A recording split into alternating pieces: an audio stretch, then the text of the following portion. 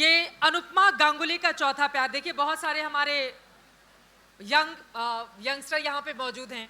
प्यार मोहब्बत की जब भी बातें होती हैं खुद ब खुद उनकी तालियां बजने लगती हैं। उस पे नहीं जाते हुए ये जो अनुपमा गांगुली का चौथा प्यार है, जो आपका ये कहानी संग्रह है, ये क्या कहता है, इससे शुरुआत करते हुए, और साहित्य का मतलब और मायने आपके लिए क्या है? नमस्कार। अनुपमा गांगुली का चौथा प्यार ये 2019 में बेस्ट सेलर हुई। बिल्कुल बिल्कुल। और लोगों ने उसे बहुत पसंद किया। बहुत से लोगों ने सवाल उठाए कि चौथा क्या है। मतलब चौथा जो शब्द है वो प्यार की शुचिता को खत्म कर रहा है। कहा ना कि प्यार बार बार नहीं होता, प्यार तो एक ही बार होता है। हाँ जी, हाँ ऐसा जी। कहा जाता है। हाँ, लेकिन मेरा मानना आपने उसको है बदल दिया। मेरा मानना है कि जब तक आपको कोई आपका कॉम्पेटिबल यानी आपका पूरक बंदा आपको नहीं मिल जाता है तो प्यार बार बार भी हो सकता है।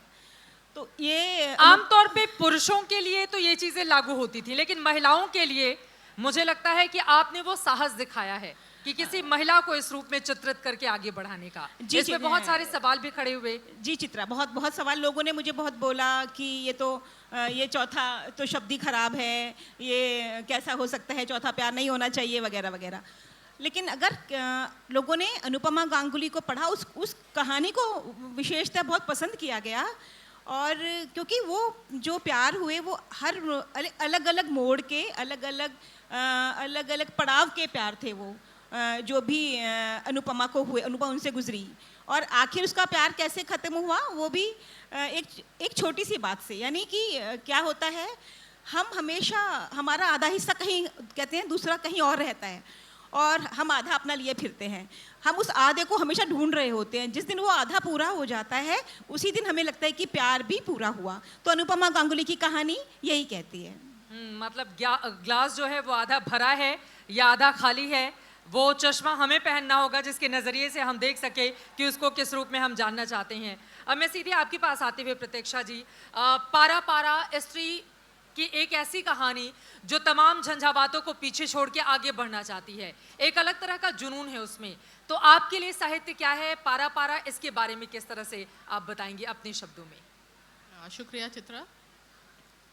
पारा पारा मेरा नया उपन्यास है जी। और जैसे विजयश्री ने बोला कि चौथा प्यार, तो उसी तरह पारा पारा में जो किरदार है हीरा, वो विवाह के बाहर एक रिलेशनशिप में जाती है और वो ये सोचना चाहती है कि अगर जैसे औरतों पे बहुत सारी वर्जनाएं हैं और हमारा पैट्रियार्कल सोसाइटी है जिसमें स्त्रियों के लिए एक कानून है और पुरुषों के लिए दूसरा, लेकिन ये धीरे धीरे बदल रहा है। तो एक औरत किसी भी मॉरल एथिकल डायलेमा के बियॉन्ड जाकर वो अपने आप को एक स्त्री मन, एक तरह से सामूहिक स्त्री मन, जो एक रिश्ते में, जैसे उसने कहा कि अलग तरह के प्यार होते हैं, तो वो अपने पति के प्यार में पूरी डूबते हुए भी किसी और की संगत की चाहना रख सकती है। वो सही है, गलत है, मॉरली उसको कैसे देखा जाए, या हम अपने मन की पड़ताल करके देखें कि ये सचमुच ऐसा हो सकता है क्या।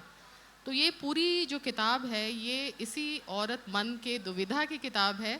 थोड़ा सा कन्वेंशनली अलग रास्ते पे जाती है और देखते हैं। साहित्य मेरे लिए, फिर जो आपका पहला सवाल था कि मुझे लगता है साहित्य हम क्यों रचते हैं, शायद अपने मन के भीतर जो भी उधेड़ बुन, जो भी जीवन में हमारे चलते रहता है या हमारे आसपास घटित होता है, तो हमको लगता है उन चीज़ों को हम कितने एक तरीके से अपने भीतर हम उसको कैसे एनालाइज करते हैं या कैसे फिल्टर होती हैं चीज़ें, तो अपने समय समाज के परिप्रेक्ष्य में हम उन चीज़ों को कैसे देखते हैं, उस देखने के नज़रिए को जब हम उतारते हैं कागज़ के पन्नों पे, तो साहित्य मेरे लिए वही एक इनर डायलॉग है विद माई सेल्फ।